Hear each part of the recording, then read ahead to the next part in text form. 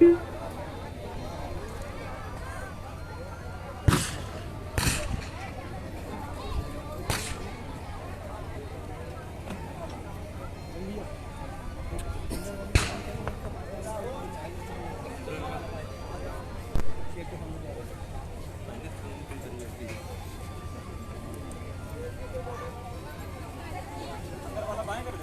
वाला इधर कर दो या इधर कर दो, सामने से हटा दो बस।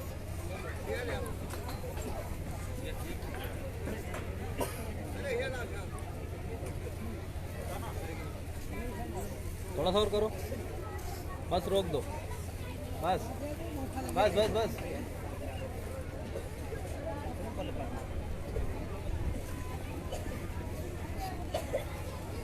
पकड़ेगा ये, घूम गया। ठीक है, आप बस सही है, छोड़ दो, बस बस बस बस। वो हवा से घूम रहा है।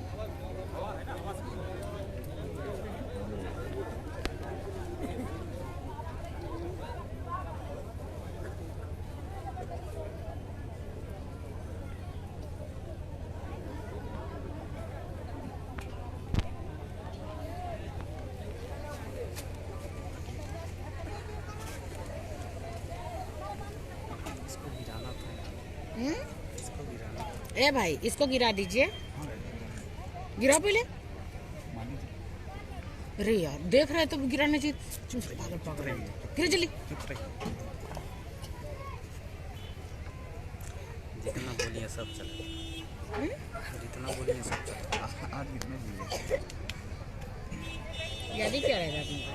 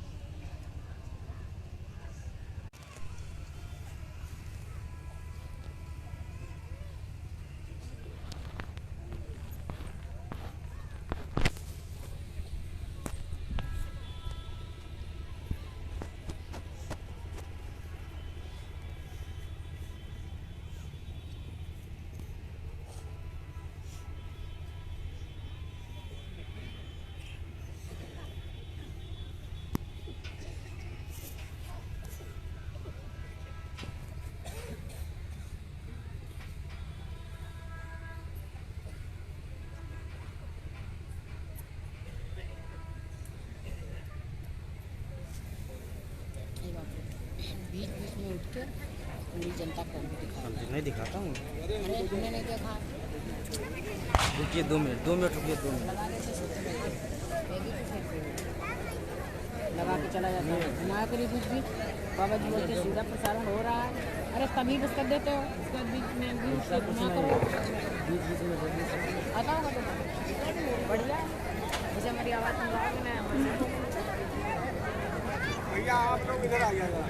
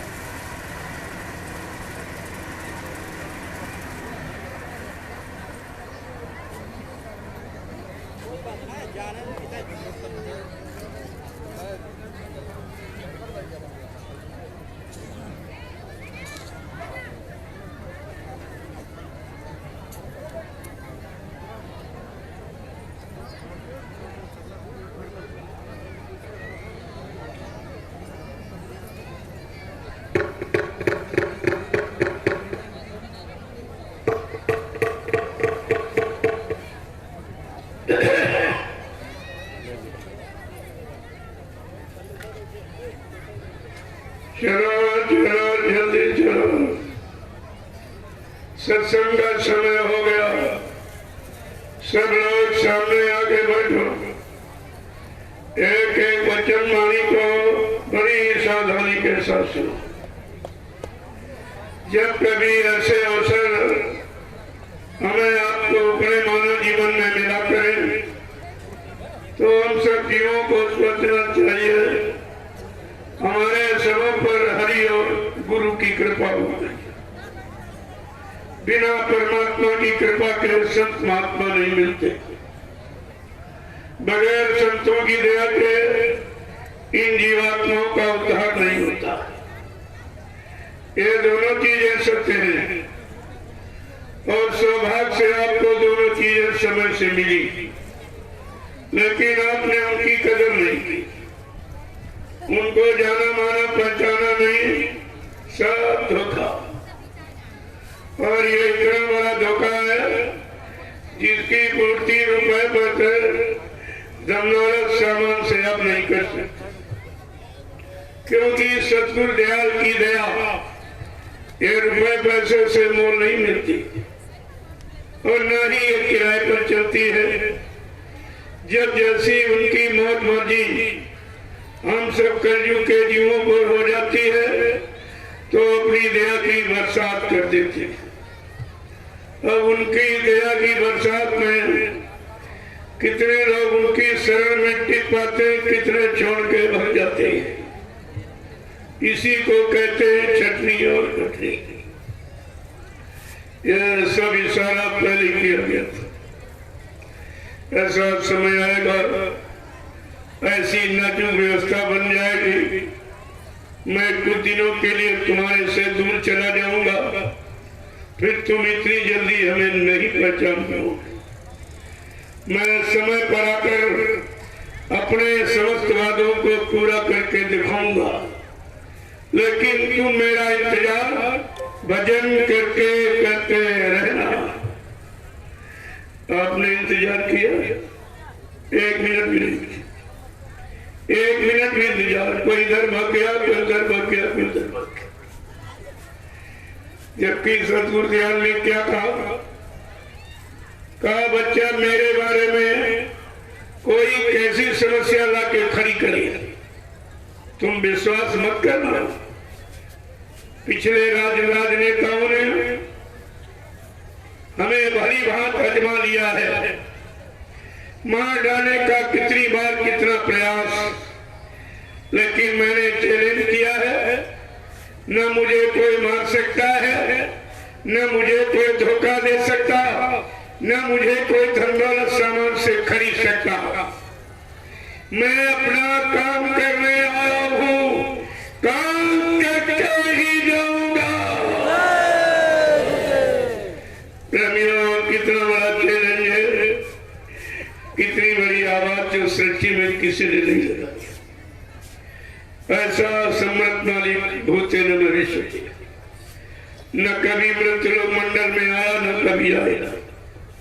ये सृष्टि के प्रथम महापुरुष जिन्होंने अनोखी आवाज भूमंडल पर सब जीवात्माओं के लिए, चाहे हिंदू शरीर में हो, चाहे मुसलमान शरीर में, चाहे सिख ईसाई, छोटे बड़े गरीब अमीर, पढ़े लिखे अनपढ़ स्त्री पुरुष, किसी शरीर में हो, जीवात्मा के उद्धार के लिए आते हैं और उद्धार करके ही जाते हैं। तभी तो वचनवाणी सिद्ध होगी, तभी तो लोग विश्वास करेंगे। अगर ऐसा न हो तो 750 वर्षों में संतों का इतिहास खत्म हो जाएगा। कोई संत नाम नहीं लेगा, संतों पर कोई विश्वास नहीं करेगा। आपको यह सब जानकारी रखनी चाहिए। अगर जानकारी होती तो तुम्हारे में कोई शंका संदेह नहीं था। गुरु दरबार में शंकाओं का समाधान किया जाता। बहुरी काल करिए सत्संगा, तब हो संशय संभंगा। जब बहुत समय तक सत्संग करोगे, सुनो सुनो पढ़ो पढ़ो नहीं करोगे, करनी का फल होता है।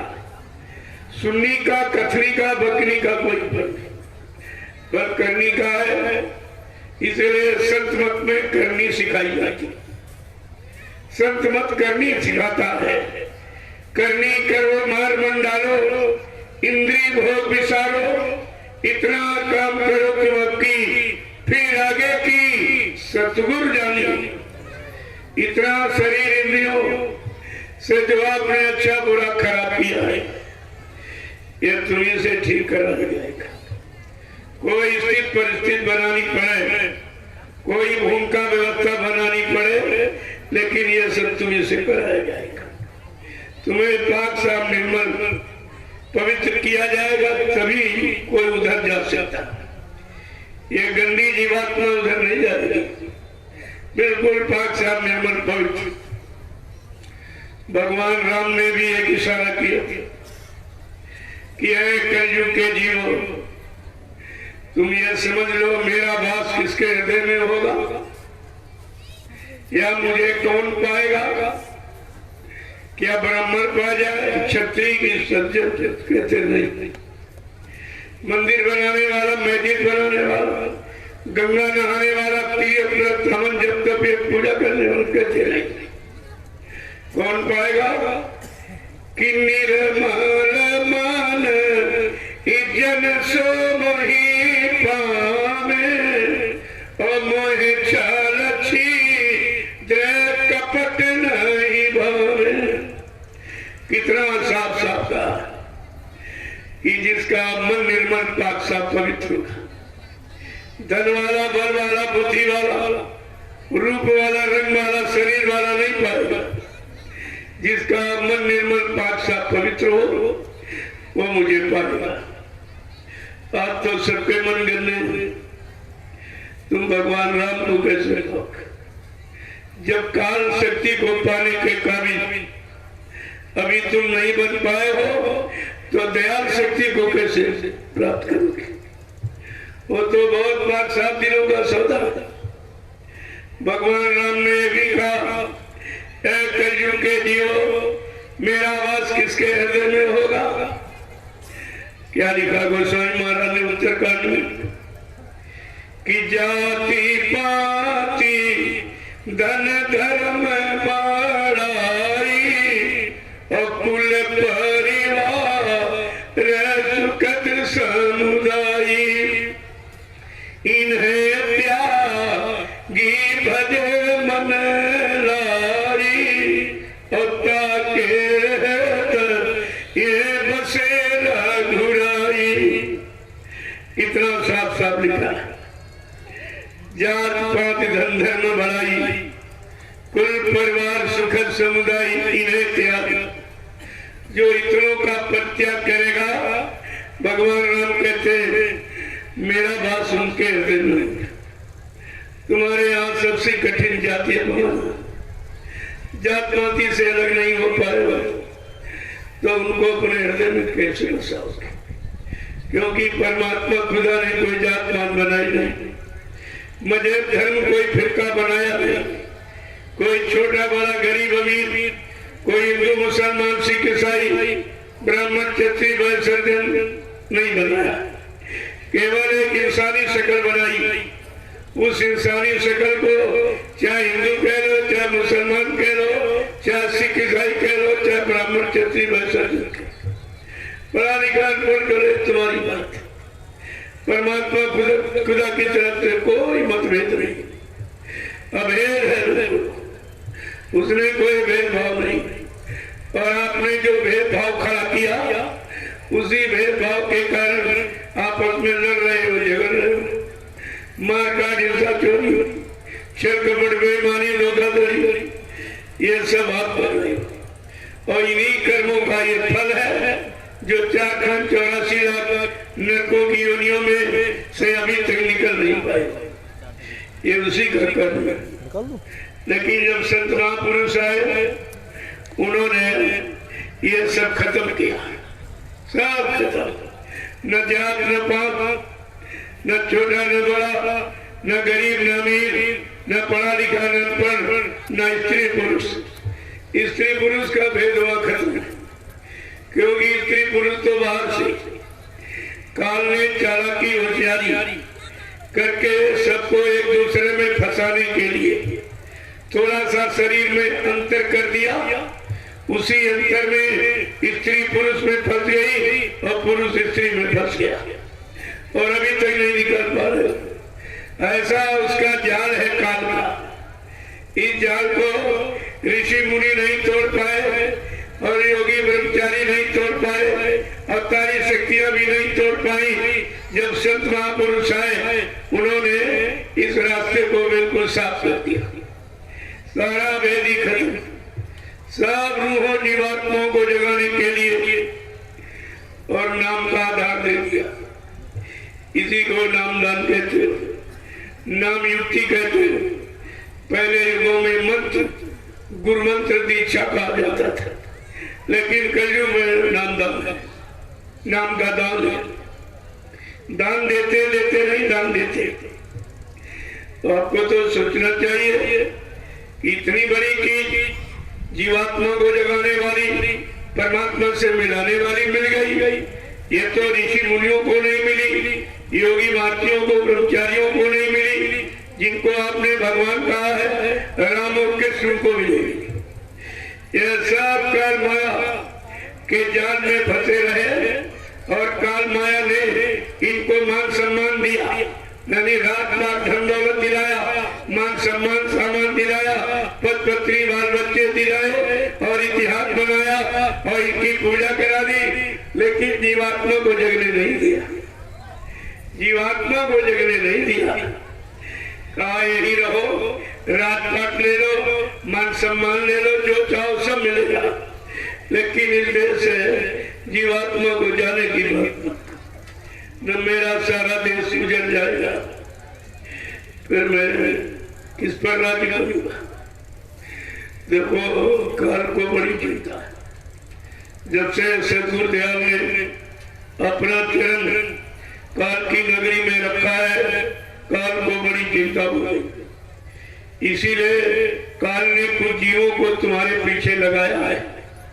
इनको सदगुरु की शरण में टिकने मत देना, सदगुरु के वचनों में विश्वास करने मत देना, परमार्थी सेवा में लगने मत देना, नाम की कमाई करने मत देना। न सारी जीवात्माएं जाग जाएंगी और सब यहाँ से घर चली जाएगी, मेरा दिल से खाली हो जाएगा। बड़ी चिंता है काल। प्रेमियों, जितनी ज्यादा चिंता काल को अपने जीवों को फंसाने की है, उससे करोड़ों गुना ज्यादा चिंता दयाल को अपने जीवों को निकालने की है। प्रेमियों, काल और दयाल की होड़ लग गई। अब ये आप काल की पारी में खड़े हो कि दयाल पारी में, आप यहाँ से निकलने की तैयारी की फंसने की तैयारी। ये काल का सामान छोड़ने के चक्कर में कि पकड़ने के चक्कर। अभी तुम्हारी समझ में यही नहीं आया कि काल किसे कहते हैं, दयाल किसे।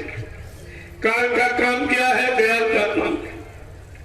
शरीर भी काल का, और शरीर के लिए जो भी आप जमीन दुकान मकान बनाया ये भी काल का।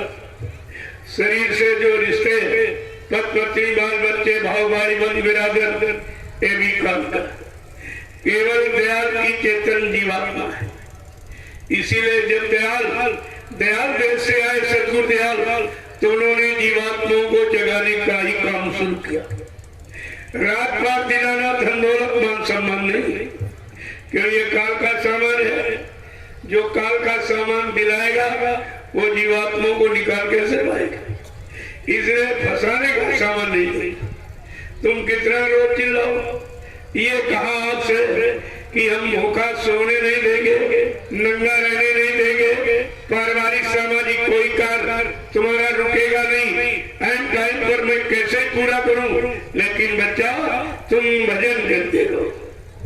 एक काम हमें आपको दिया था कि मैं तुम्हारी सारी मनोकामनाएं पूरी कर दूंगा, लेकिन तुम भजन करो। आपने वो भी नहीं किया, वो भी छोड़ दिया। जब छोड़ दिया तो चलने का सवाल नहीं होता। एक एक वचन को अगर सावधानी से आपने सुना होता तो आज शंकराचार्य में भूल भ्रम कुछ नहीं था। किसी तरह का भूल भ्रम यहाँ नहीं है। यहाँ तो भूल भ्रम में फंसी जीवात्माओं को निकाल कर उसके सच्चे देह और सच्चे मालिक से मिलाने की बात की जाती है। यहाँ फंसाने बहकाने की बात नहीं होती। लेकिन जब तुम्हारी समझ में आ जाए तब तो, क्योंकि 3 युग हो गए इन जीवात्माओं को यहाँ फंसे काल माया के देश। उसको यही नहीं मालूम कि किधर हमारा देश है, हमारा सच्चा मालिक प्रीतम कौन है, ये रास्ता कैसे में आई और कैसे जाएंगी और कैसे फंसा दिया गया, अब कौन निकालेगा, कौन पहुंचाएगा, कुछ नहीं मालूम। इसलिए ऐसे घोड़ी भटकी जीवात्माओं को जगाने के लिए सदगुरु आए और उन्होंने पूरा अभियान जारी किया। 1 मिनट भी नहीं विश्राम दिया। 10 जुलाई सन 1952 से लगातार पूरे हिंदुस्तान में, हिंदुस्तान का कोई प्रांत, जिला, तहसील, ब्लॉक, शहर, कस्बा, गली, गांव को छोड़ा नहीं जहां पर समय की आवाज न लगाई हो, घर घर पुकार और गुहार न लगाई हो कि मैं किस धाम से आया हूँ, किस काम को करने आया हूँ, कौन सा नाम लेके आया हूँ। ये पूरी जानकारी आपको साथ दिखे, लेकिन तुम्हारे पास कोई जानकारी, एक भी वचन गुरु का कि अगर रखा होता, आप प्रेमी और शंका का कोई विषय ही नहीं था, कोई विषय शंका नहीं था। लेकिन आपने गुरु के वचनों को संभाल के रखा, तभी तो शंका संदेह में आप चले गए। ऐसा आप क्यों करते हो? तुमने तो किसी को देखा नहीं, न तुमने खुदा देखा, न परमात्मा देखा, न कोई देवी देवता, आपने कुछ नहीं देखा। क्या बिना देखे किसी से रिश्ता बनाओगे? बिना देखे विश्वास करोगे, प्रेम करोगे? और ये तुम्हारा जो, इसीलिए संत महात्मा फकीर आए, उन्होंने कलयुग के जीवों को भूल भ्रम से दूर करने के लिए, इस पाखंड और बनावट और ये जग पूजा से अलग करने के लिए उन्होंने पहले इशारा किया कि देखे बिन न हो प्रीति और बिन परती हो नहीं प्रीति। बिना देखे कोई रिश्ता नहीं बनाया जाता।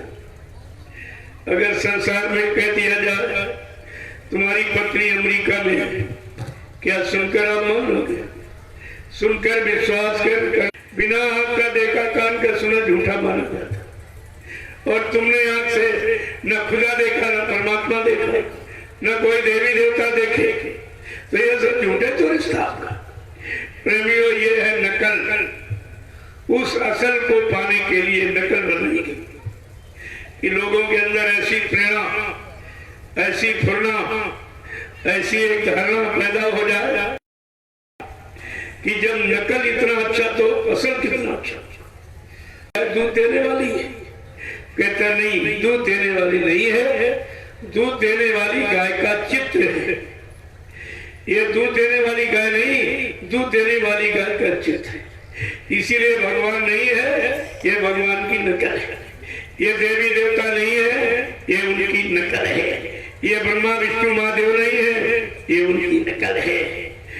प्रेमियों, ये नकल असल को पाने के लिए बनाई, लेकिन तुम नकल में फंस के रह गए। असल की तरफ कोई गया ही नहीं। असली भेद बताने वाले संत महात्मा भक्ति जब आए तो उनकी बात मानी नहीं, न उनके पास गए, न कदमों में सीधा प्रणाम किया, न उनके वचनों को सुना, न कोई सेवा खिदमत आपने किया, कुछ तो नकल में फंस गए। असल अभी तक किसी को नहीं। कोई कहते ओ पंडा पुजारी बता दे कि मंदिर में पूजा करते तुमका तुम्हारा पूरा जीवन चला गया, कभी भगवान मिला? या तुम आवाज लगाकर कभी खुदा को खुश कर पाए हो, खुदा को बुला पाए हो, खुदा को कभी देख पाए हो, दीदार कर पाए हो? और ग्रंथी से पूछो कि तुम गुरुद्वारे पर कुछ नहीं मिला और फिर भी अभी बंद भी नहीं कर रहे। अगर आप खेती करो, अनाज पैदा ना हो, व्यापार करो, मुनाफा ना हो, व्यापार करेंगे आप? दुकान करते हो, बिक्री ना हो और आमदनी ना हो तो आप करोगे? मजदूरी करो, मजदूरी कोई ना दे तो मजदूरी करोगे आप? लेकिन ये करें कि इबादत, ईद माने अच्छी भली और प्रेम प्यार मोहब्बत और दया रहम की आदत थी।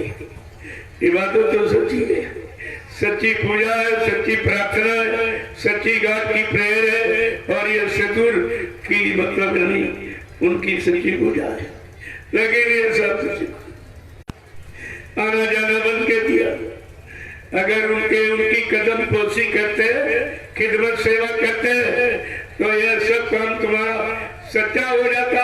ये झूठा और बनावट का और पाखंड का और दिखावे का ये सब खत्म हो जाता, कुछ नहीं रहता।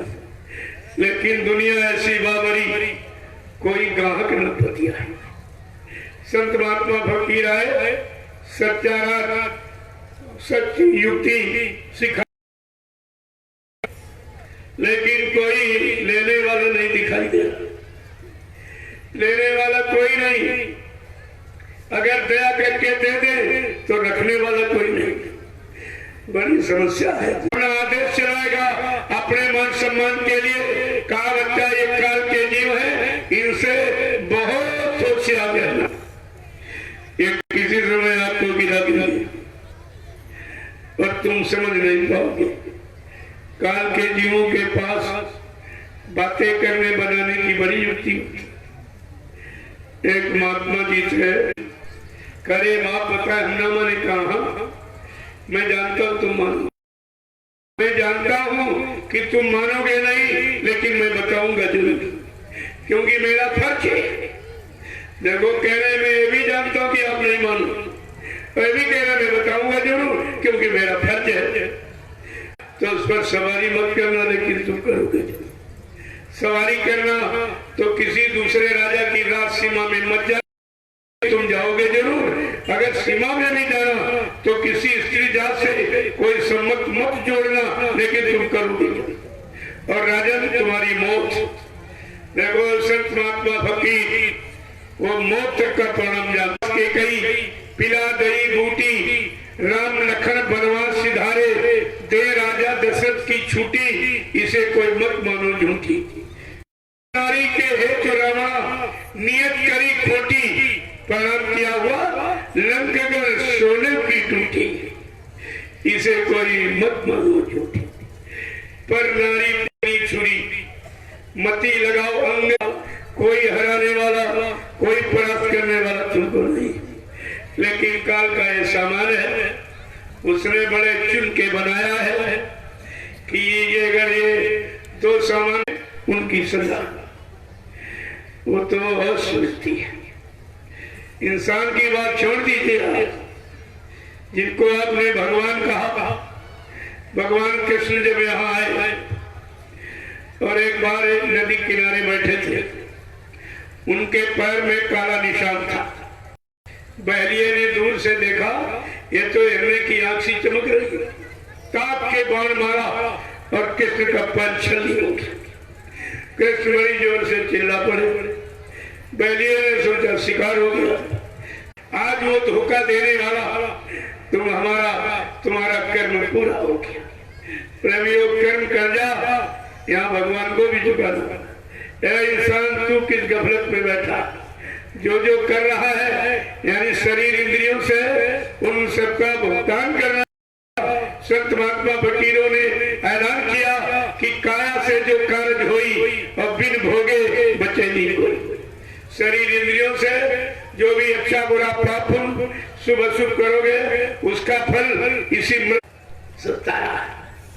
लेकिन कर्म गति तारे नहीं करी, गुरु वशिष्ठ से पंडित ज्ञानी, जिन शोध के लगन धरी और सीता हरण और मरण दशरथ को और बरहुम विपद पड़ी, कर्म गति तारे नहीं।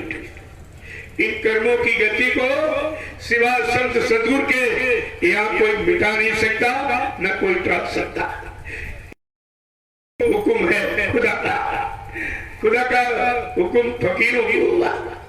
जब फकीर संत आते हैं तो तुम्हारे गुनाह पापों की माफी करा देते, लेकिन तुम उनको पहचान ही नहीं पाओगे, न उनकी बात मान। शिकार करके जीव हत्या की थी, इंसान हत्याएं की तमाम जीवों, वो पाप का घड़ा भर गया था। तो अब समय आ गया घड़ा भरने का। तो राजा का मंत्री आया, मंत्री काल का जीव था। उसने कहा राजन बहुत दिन हो गए शिकार खेले नहीं थे। अरे तुझे नहीं मालूम महात्मा जी ने मना किया था। तो फट से बना के कह रहा काल के जीवों के पास बनाने की बड़ी जुक्ति बात बनानी। अरे कहा महात्मा जी ने तो ये भी कहा था कि घोड़ा वोड़ा मत ले जाना, तुम्हारे पास तो घुड़सवार सेना, तुम्हें घोड़े की क्या जरूरत, चलो। अरे बात मान ली चल पड़ा जंगल। लेकिन संत का आदेश था कि बच्चा जंगल अंगल मत जाना, यानी शिकार नहीं मिलेगा। तो पूरा दिन हो गया शिकार की खोज में, और खोजते खोजते बहुत दूर निकल पड़ा, गया शिकार मिला नहीं था। प्रेमियों, वो थी मौत जिसको महात्मा जी ने मना किया था लेके मत। तो मंत्री कह रहा राजन बहुत सुंदर घोड़ा है। वो कह रहा अरे महात्मा जी ने मना किया था घोड़ा मत लिया। देखो वचन भी याद कर रहा, लेकिन काल के जीव जब तुम्हारे साथ लग जाएंगे वो संत महात्माओं के वचनों को नहीं मानने देंगे। और कह रहा अरे महात्मा जी ने भी तो कहा सवारी मत करना, चलो ले चलो, दरवाजे पर बांध दोगे स्वभाव हो, तुम्हारे यहाँ कोई इतना सुंदर होगा।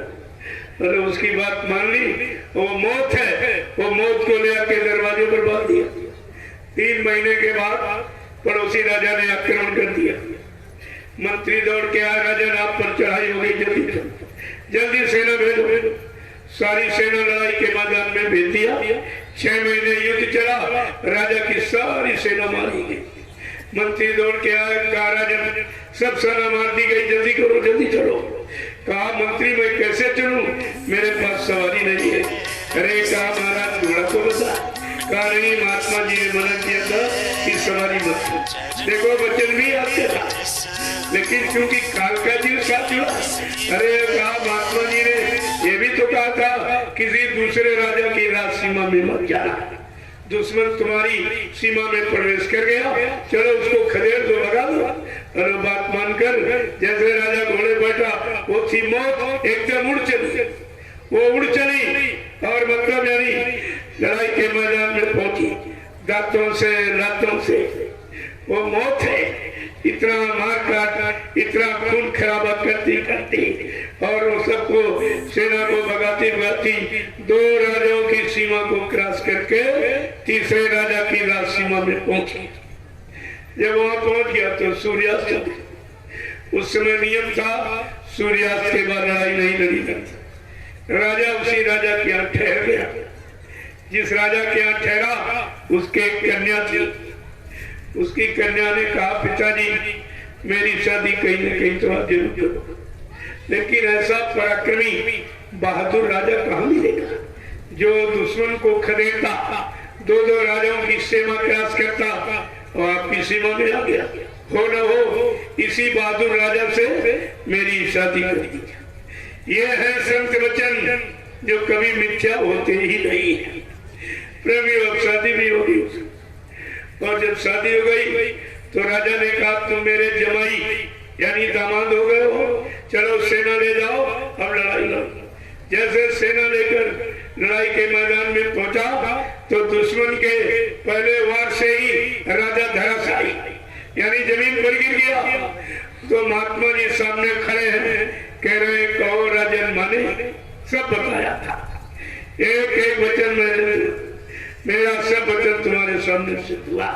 और तुम मेरे वचनों को याद भी करते रहे, लेकिन तुम्हारा मंत्री वो काल का जीव था, इसलिए वो दयाल संत महापुरुषों के वचनों को कभी मानने ही नहीं दिया।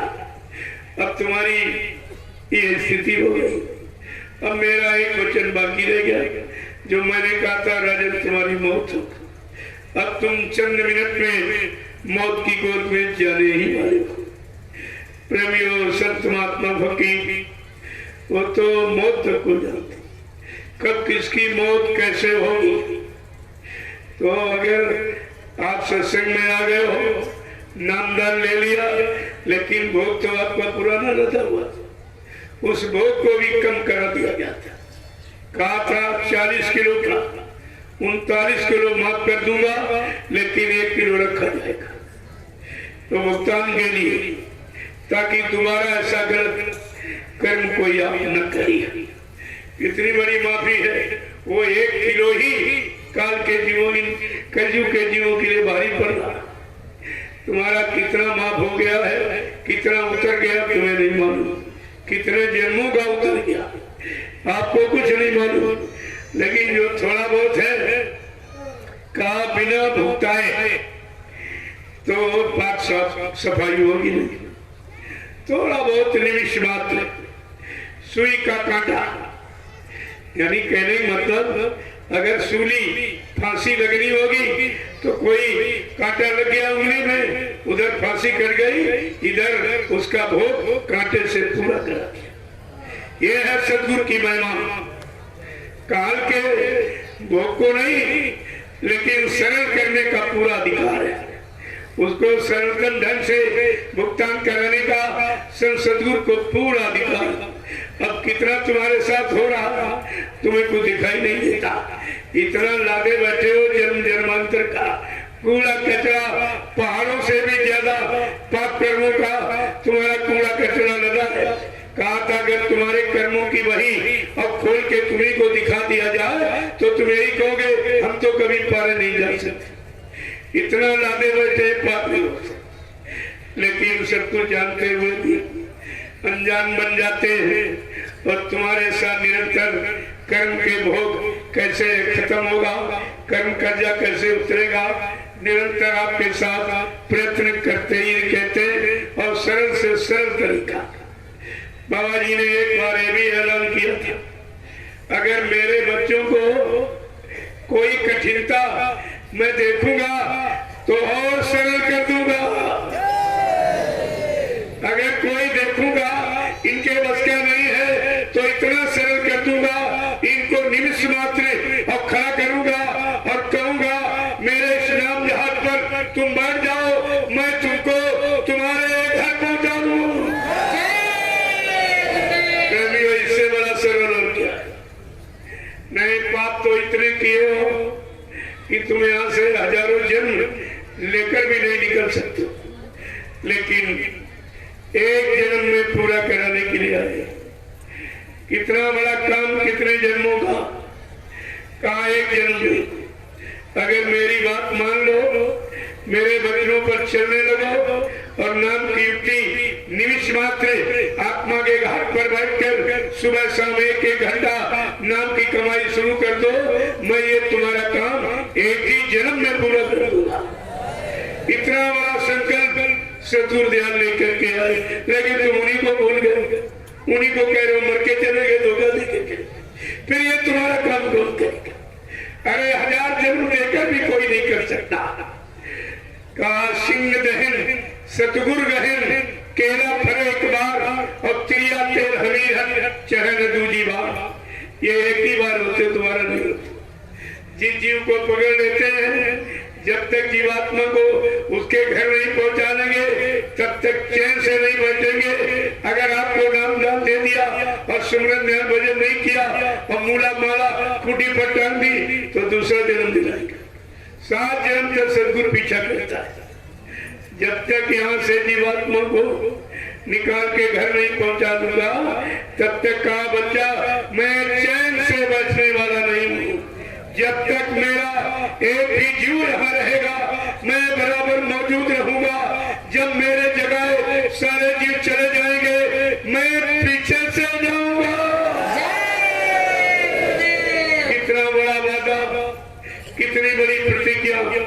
और आप कुछ नहीं समझते, और तुम्हारे लिए किया और किसी के लिए, आपकी जीवात्मा के उद्धार के लिए। और कुछ भी तो आप नहीं समझ पाए।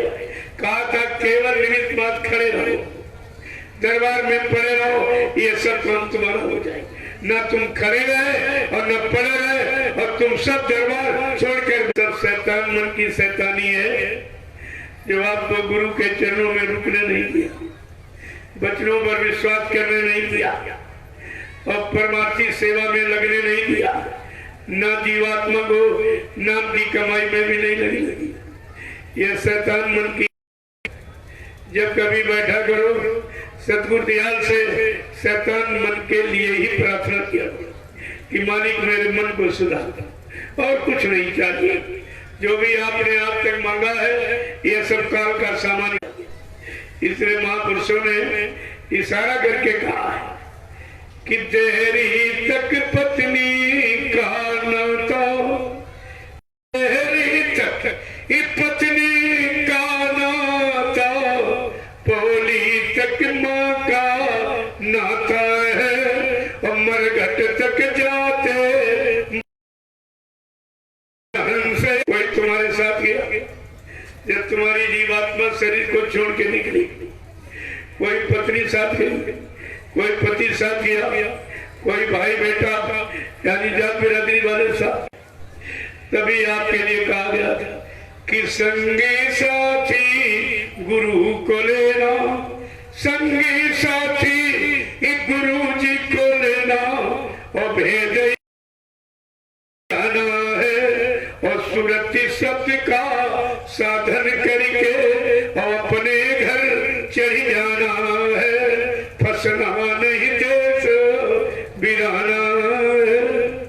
इसे यह साफ जाहिर है, यहाँ तुम्हारा कोई नहीं।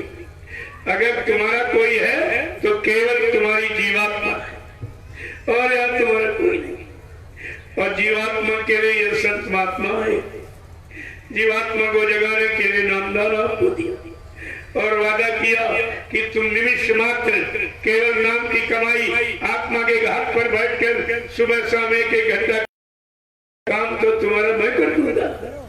काम करने का भी वादा किया और आप कुछ भी नहीं समझ पाए। इसलिए प्रेमियों कलयुग में नया काम तो जीव कर ही नहीं सकता, ताकत नहीं है।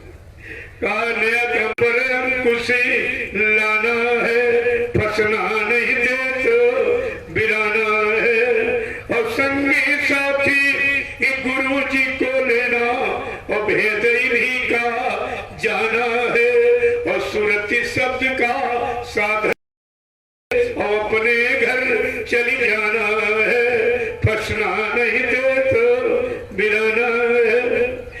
इतना सच्चा संदेश सत्य देश को ले जाने वाला और जाने वाला नहीं दे तो बिराना है, और संगी साथी गुरु जी को लेना, और भेद इन्हीं का जाना है, और सुरति शब्द का साधन करके और अपने घर चढ़ जाना है, फंसना नहीं दे तो बिराना।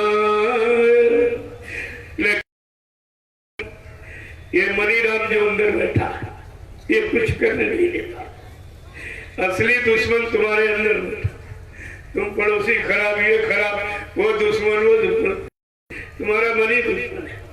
यही बुरे में जन्म मरण का कारण बनता है ये शैतान। इसलिए जब कभी बैठा करो अपने सतगुरु दयाल से शैतान मन के लिए प्रार्थना किया, रोक लगाओ मेरे सतगुरु, मैं पैया पढ़ूं तुम्हारे, मन की चाल बड़ी अलबेली, नापन वाले हारे, मन की चाल बड़ी अलबेली, नापन वाले हारे, की का मोटर कौन चलावे, ये हेलीकॉप्टर हारे, मन पे रोक लगाओ मेरे सतगुरु, मैं चरणन पढ़ूं तुम्हारे, मन पे रोक लगाओ मेरे सतगुरु, मैं पैया पढ़ूं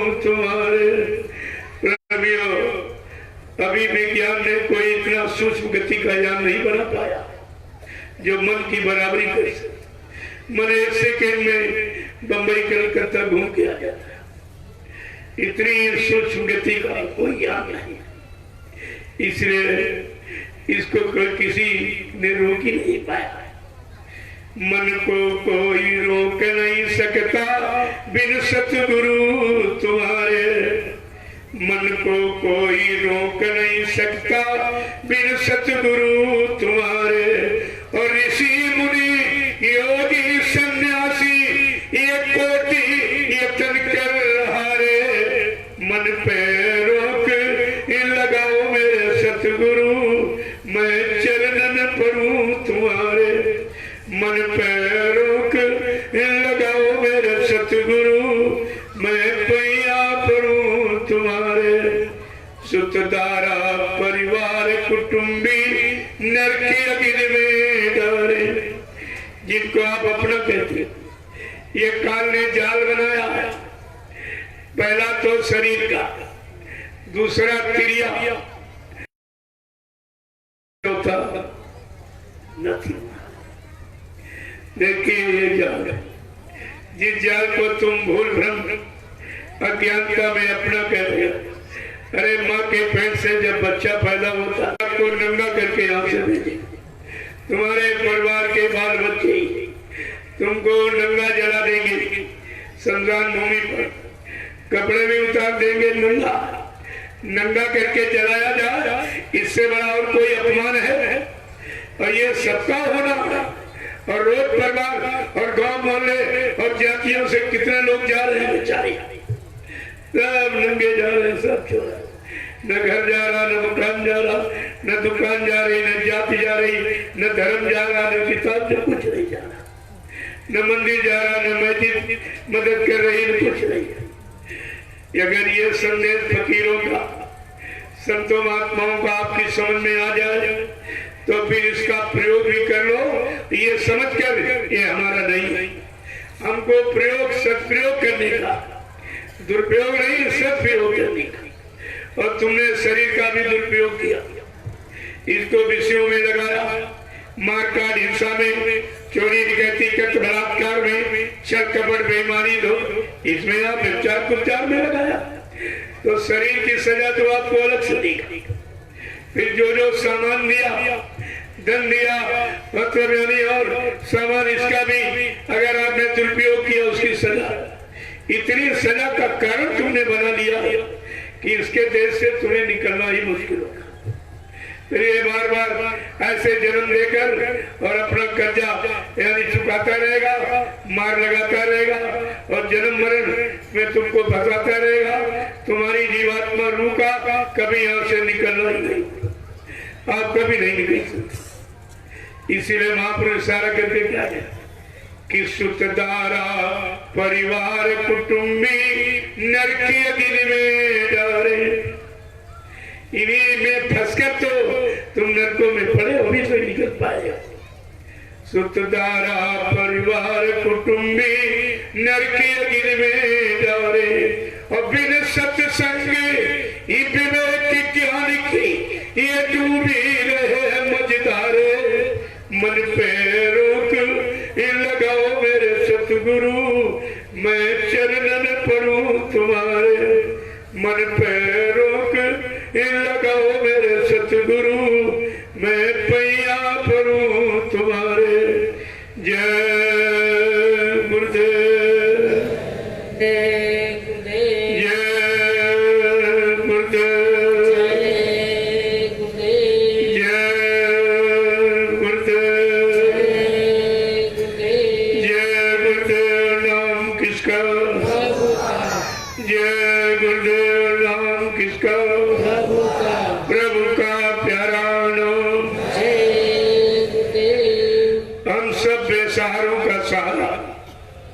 हम सब जीवों के एकमात्र आधार पूज्य स्वामी जी महाराज।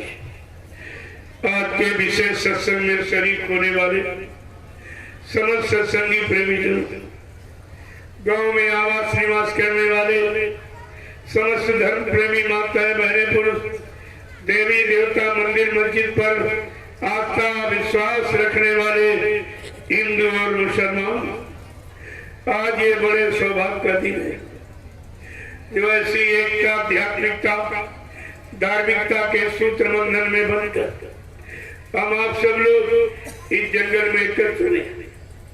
क्या ये काम कोई राजनीति नेता पार्टी करा सकती? इतने लोगों को निस्वार्थ इतने जंगल में बैठा सकता कोई? और इतने धार्मिक मिशन हिंदुस्तान में बिना चंदा सेवा लिए इतने लोगों को निस्वार्थ इस तरह जंगल में कोई बैठा सकता? ये देखिए आप इस जनमत को, और एकदम सब मौन खड़ी, राजा को कोई फिक्र नहीं। अरे ये तुम्हारी प्रजा है, मेरा सत्संगी तो बात नहीं, मेरा प्रेमी बात में है, तुम्हारा प्रेमी प्रजा है। तुम्हारा प्रजा के प्रति अधिकार क्या है? तुमने आके किसी ने आप पूछा जिम्मेदार नहीं, इनको रोटी मिल रही कि नहीं मिल रही, पानी मिल रहा कि नहीं मिल रहा, इनके बाद इस सर्दी भीषण सर्दी के मौसम में पानी ओढ़ने बिछाने की कोई व्यवस्था है कि नहीं है? ये जिम्मेदार लोगों को देखिए, और मेरे पास प्रमाण है इनका, मैंने परमिशन दिया। बिना परमिशन के कोई कार्यक्रम नहीं करता। पूरी मैंने फाइल बना के रखी है। ये धार्मिक देश में और ये धार्मिक संदेश देने के लिए हमको परमिशन देनी पड़ती है। प्रेमियों, मैंने पूछा इन लोगों से, मुर्गा काटने वाला, मछली मारने वाला, अंडे फोड़ने वाला, बकरा काटने वाला, चोरी करने वाला, डकैती करने वाला, घूस लेने वाला, घूस देने वाला, अरे कोई परमिशन लेता है? मैं धार्मिक देश में और धार्मिक कार्यक्रम और धार्मिक संत महात्मा फकीरों के संदेश को सुनाने के लिए हमको परमिशन लेनी पड़ती। मैं भविष्य में सब रिकॉर्ड पेश कर दूंगा। ये सारा रिकॉर्ड बचेगा कोई नहीं, एक भी मीडिया और पत्रकार बचने नहीं देंगे। क्या उसकी जिम्मेदारी नहीं है?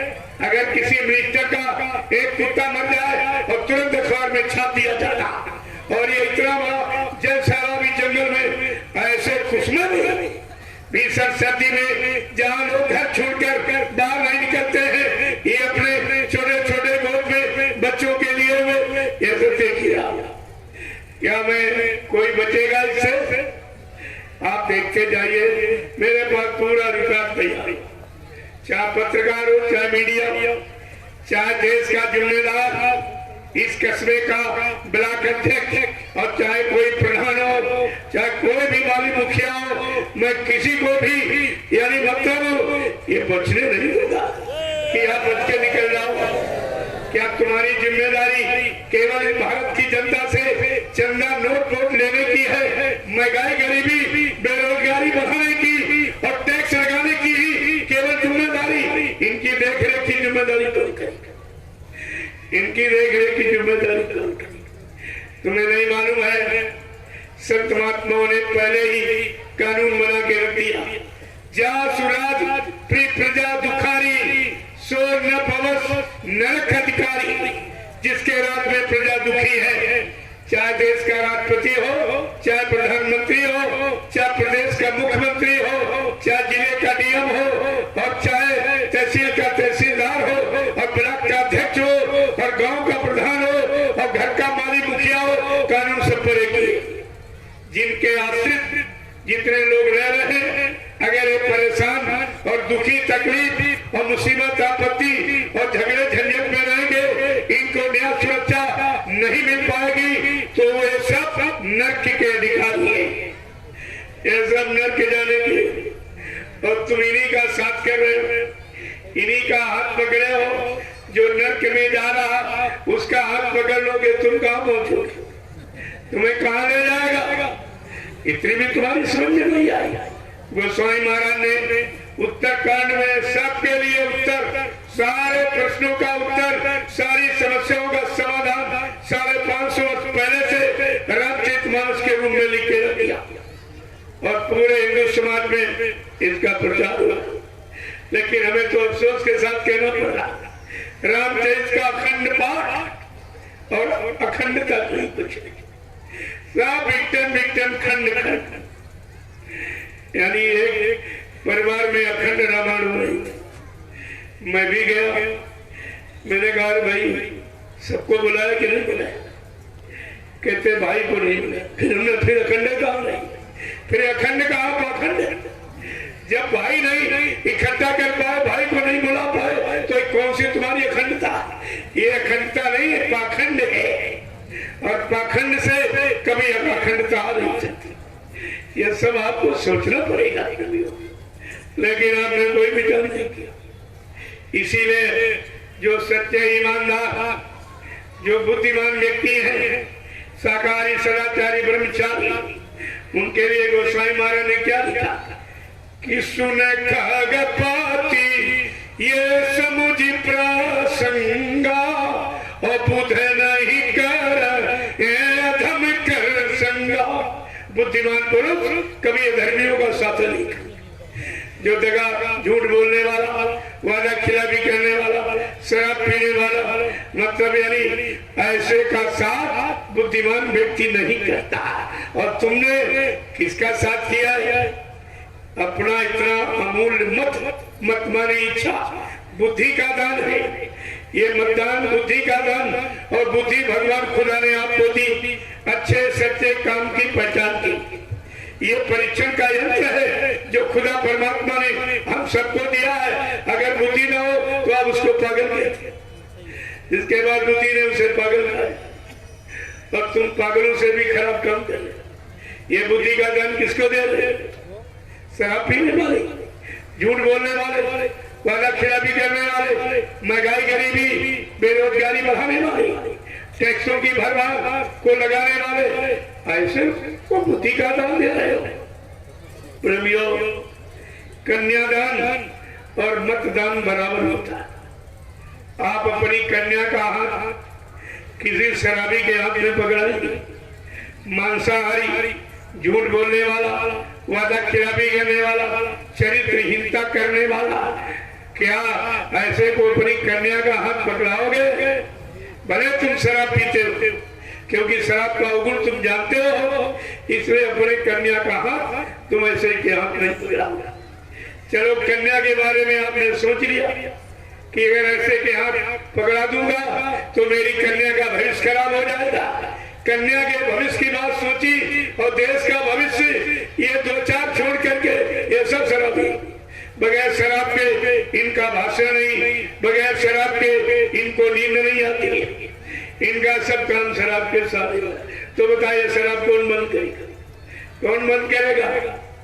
जिनका भाषण, जिनका सोना, यानी मतलब ये सब कार्य बगैर इसके हो ही नहीं सकता है। तो इससे बुद्धि नाशक नशे को कौन बंद कराएगा हिंदुस्तान में? आपको इस पर विचार करना चाहिए। अगर नहीं करोगे और मार खाओगे। अभी क्या है जो आगे उत्पात होने जा रहा है?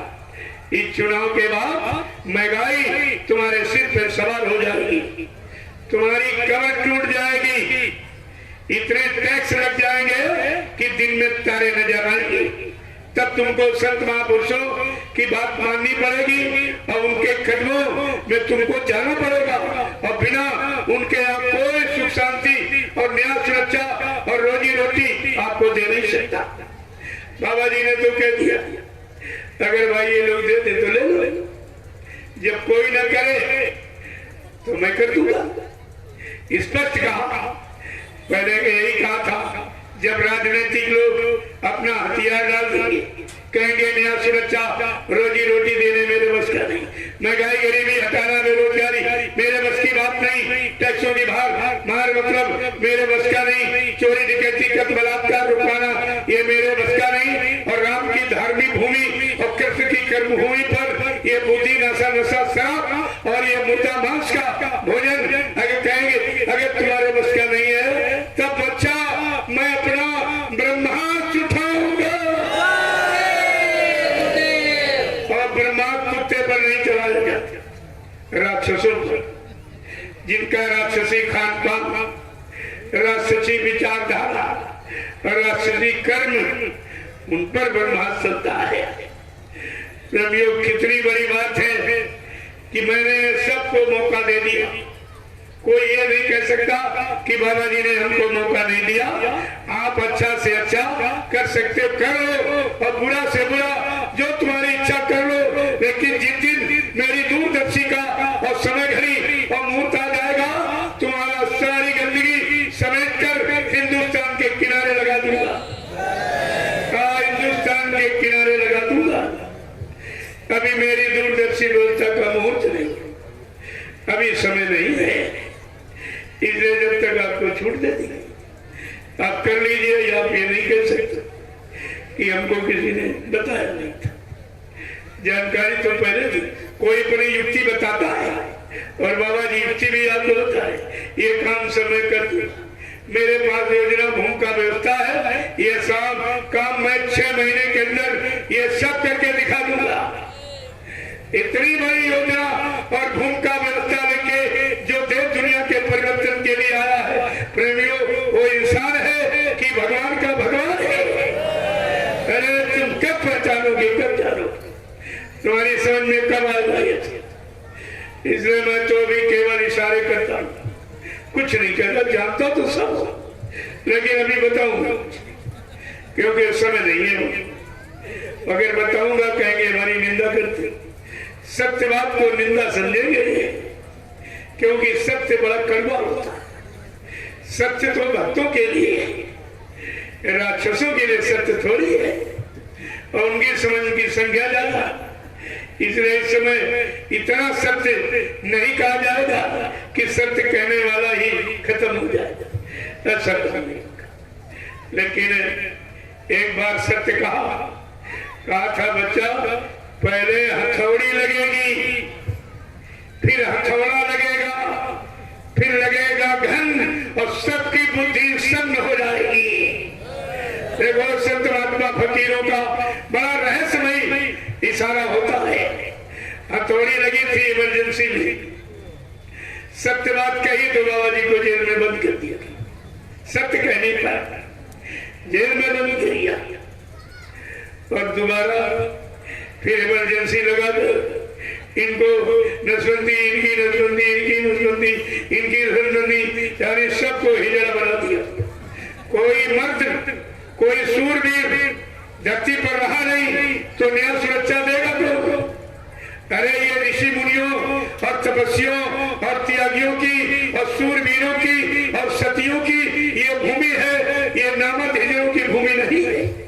इसलिए आप उनसे आप न्याय चाहते हो, सुरक्षा चाहते हो, किस मिलेगा, कैसे मिलेगा?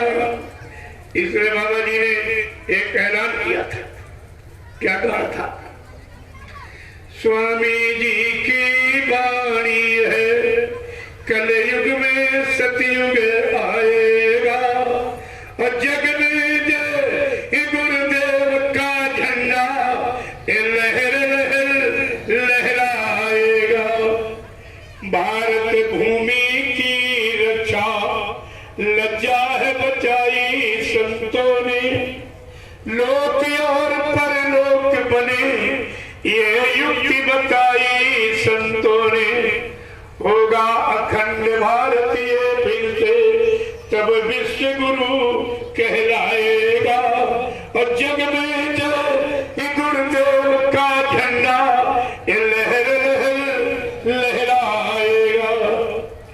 प्रेमियों, जिस आजादी की नींव पर बैठे वो आजादी हंसी मजाक में नहीं मिली थी।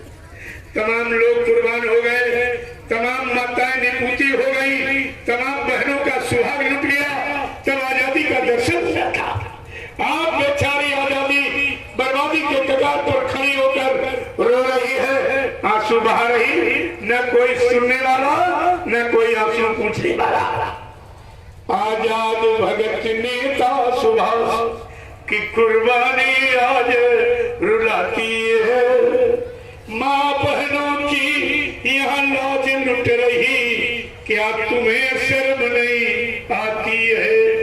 गांधी जी के अधूरे सपने, गांधी जी के अधूरे सपने और पूर्ण यही कराएंगे, और जग में जय गुरुदेव का झंडा ये लहर लहर लहराएंगे। रमी और तुम्हारा तिरंगा कहाँ लहरा जाता? लाल, इससे क्या मतलब? अरे जब देश आजाद हो गया, राष्ट्रपति शासन हो गया, तो तिरंगा राष्ट्रपति भवन पर लहराना चाहिए। मैं मान लूं कि देश को सच्ची आजादी मिल गई, लेकिन दिल्ली के लाल किले पर फहराने का मतलब क्या?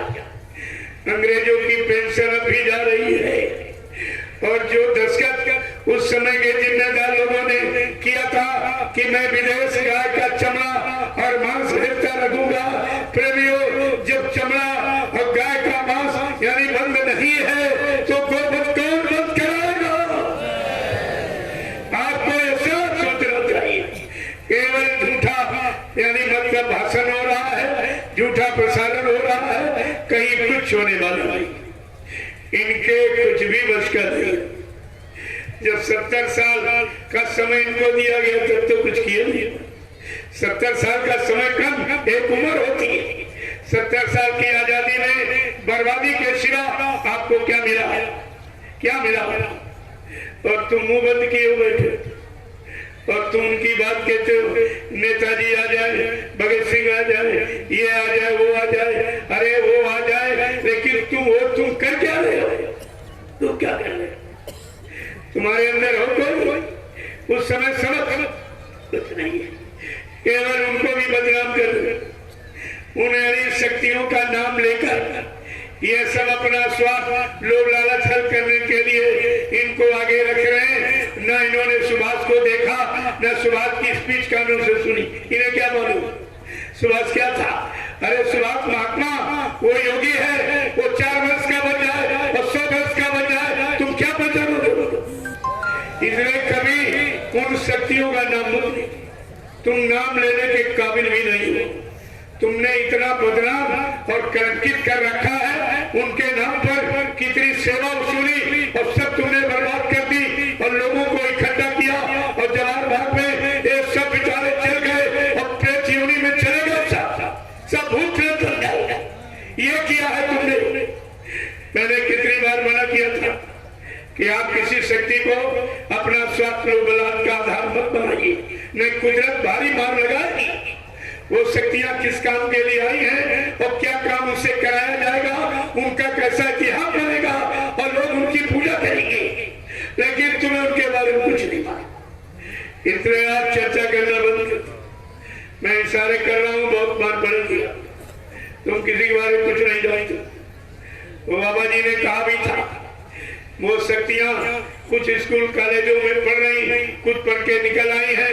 मैं जब आवाज लगाऊंगा तो एक प्लेटफार्म पर ये सब शक्तियां इकट्ठी हो जाएंगी, फिर इनको काम दिया जाएगा। इनसे देश समाज धर्म न्याय का काम कराया जाएगा। फिर जब काम करेंगे, अरे कर्म ही पूजा और कर्म का इतिहास बनेगा। लेकिन तुम ये जो लोभ लालच का ढोंग और पाखंड बना, इससे कुछ नहीं हो। वो सुभाष भाई नहीं है, कोई सम्राट है, कोई ज्वाली, कितना फिर के चलाओगे, कितना बदनाम करोगे, सुभाष को कितना कलंकित करोगे, अपमानित करोगे, स्वार्थ लोभ लालच का कितना बड़ा मुद्दा बनाओगे, फिर कितनी बड़ी सजा पाओगे इसकी। अरे ये संत महात्मा गुरुओं को मालूम है कि कौन शक्तियां कौन सा काम करी, तुम्हें क्या मालूम? जब राम लक्ष्मण राजा दशरथ के यहाँ पैदा हुए, क्या राजा दशरथ को मालूम था कि मेरा बेटा क्या है? कुछ नहीं था। अयोध्या वासियों को कुछ नहीं मालूम था। ये किसको मालूम था? गुरु विश्वामित्र को। गए समय से जाकर राजा दशरथ से राम लक्ष्मण को मांग के ले आए। अपने आश्रम पर सारी नीतियां, युद्ध नीति, धर्म नीति, राजनीति, न्याय नीति, सत्य प्रेम नीति सब सिखाकर एकदम पारंगत कर दिया। फिर इनका एक टेस्ट लिया, ले गए जनकपुरी, जहां राजा जनक ने अपनी बेटी का स्वयंवर था। विश्वामित्र को तो निमंत्रण भी नहीं था, न राजा दशरथ को निमंत्रण था, लेकिन गुरु निमंत्रण का भूखा नहीं। जो काम करने आया है वो तुम्हारे मान सम्मान, धन दौलत सामान में कभी बंधा नहीं है। वो स्वतंत्र है और अपने आप अपने चेलों को लेकर वहां पहुंच। यद्यप लोगों ने बड़ी आलोचना की, विश्वामित्र कहा देखो ये बुढ़ा भी शादी करने आया, इसको भी औरत की जरूरत। अब प्रेमियों, किसी को क्या मालूम कि राजा जनक की अहम समस्या का समाधान गुरु विश्वामित्र की मुट्ठी में है? किसी को नहीं। गुरु के पास क्या है, कब कैसे किससे क्या कराएगा, आपको कुछ नहीं मालूम। आपको अपने काम की चिंता होना। गुरु ने काम नहीं किया, अपने चेले राम से करवा दिया। गुरु चेले से क्या नहीं करा सकता। फिर उस चेले को भगवान की पदवी दिला दी और आज भी घर घर उनकी पूजा हो रही। ये है गुरु की महिमा। गुरु की पूजा नहीं हो रही। विश्वामित्र की कोई पूजा कर रहा, वशिष्ठ की कोई पूजा कर रहा, गुरु द्रोणाचार्य की कोई पूजा कर रहा, संदीपन जी की कोई पूजा कर रहा, लेकिन उनके चेले कृष्ण की पूजा हो रही और विश्वामित्र वशिष्ठ के चेले राम की पूजा हो रही। गुरु ऐसा काम करा देता है कि चेले के सारा हिंदुस्तान पूजा करता। जब गुरु पूजा करा दिया सारे हिंदुस्तान में, और तो सदगुरु आया है, ये अपने शिष्यों से कहा कौन सी इसकी पूजा नहीं करा देगा। कहा मैं उनकी पूजा हिंदुस्तान में भी हो रही, लेकिन तुम्हारी पूजा मैं सारे विश्व में करा दूंगा, सारे विश्व में। लेकिन तुम टाट बोरा पहन कर तपस्या तो कर लो। अरे पहले तपस्या कर लो, तब से रात से नटा तपस्या करोगे, रात मिल जाएगा, राजा बन जाओगे। अगर इसमें फंस गए तो नरक में चले जाओगे। इसलिए सदगुरु अपने शिष्यों को कोई रात पर धन दौलत नहीं दिलाती, कोई मंत्री प्रधानमंत्री नहीं बनाती। उनको तो उनकी जीवात्मा को जगा के परमात्मा से मिलाती। ये काम किया। बाबा जी ने कहा था, अरे मैं तुम्हारी वो पूजा करा दूंगा जो राम कृष्ण की क्या हुई। राम कृष्ण ने मार का हिस्सा कतलेआम किया, खून खराबा, खूनी क्रांति, तब उनकी पूजा हो रही। लेकिन मैं वैचारिक क्रांति के द्वारा देश दुनिया में परिवर्तन करके दिखा दूंगा और तुम्हारी वो पूजा करा दूंगा जो राम कृष्ण की नहीं हुई। लेकिन कहा बच्चा तुम तपस्या तो कर लो। इन बोरा वालों ने तपस्या की, ये भी सब बोलेंगे। मैं इसे पूछता हूँ, तुमको टाट किसने पहनाया था? जहाँ तुम गए उन्होंने पहनाया कि गुरु जी ने? और बाबा जी ने क्या कहा? मैं टाट की पूजा कराऊंगा, टाट का इतिहास बनाऊंगा, टाट के द्वारा परिवर्तन करके दिखाऊंगा। और ये टाट वाले सब उन्हीं गुनेगारों का झोला पकड़े घूम रहे हैं। इनको अपने टाट की हैसियत और टाट की महिमा और गौरव गरिमा और टाट की मर्यादा कुछ नहीं मालूम। सब खत्म कर दिया, सब खत्म कर दिया। मैंने तमाम लोगों से पूछा, जब बेटी की शादी हो जाती तो बेटी श्रृंगार अपने पति के लिए करती है। जब पति खत्म हो जाता, परिवार के लोग जबरदस्ती उसका श्रृंगार उतार के फेंक कहते नहीं, अब ये श्रृंगार तुम पहनने की अधिकारी नहीं। प्रेमियों, बाबा जी के नाम पर आपने टाट पहना, बाबा जी के आदेश पर पहना। अब कह रहे बाबा जी मर गए तो तुम उसी विधवा स्त्री के समान हो, इस टाट को उतार के फेंक दीजिए, तुम्हारा पहनने का कोई अधिकार नहीं। नहीं, भारत की जनता तुम्हारे टाट बोरा नोच के फेंक देगी। तुमने कुछ किया ही नहीं और टाट को कलंकित किया है। किसी ने तपस्या की है इन टाट बोरे वालों की, और वो सब टाटे वाले थे। जो 5 ने मथुरा में नाटक किया वो टाटे बोरा पहनने वाले थे। इतना कलंकित कर दिया टाट को, ये तो मुंह दिखाने के काबिल नहीं है।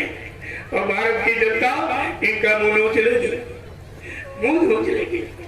अरे समय की इंतजारी कीजिए, इंतजारी सबको करनी पड़ी है। राम चाहते तो रावण को जाके तुरंत मार देते लंका, लेकिन नहीं, 14 वर्ष इंतजारी किया। 14 वर्ष इंतजारी के बगैर परिवर्तन होता ही नहीं। इंतजारी तो बहुत अनिवार्य है। मैंने आपको पहले दिन बताया था कि बाबा जयगुरु जी महाराज सत्य लाने की क्या तैयारी कर रहे हैं। हमें आपको कहां पर बैठकर किस तरह कब तक उसका इंतजार करना चाहिए, ये आपको ध्यान में रखना चाहिए। लेकिन कुछ नहीं, हमारी समझ में कुछ आ रहा है। तुमने तपस्या करने के उद्देश्य से पैदा ही नहीं थी, लोगों को लूटने ठगने के लिए।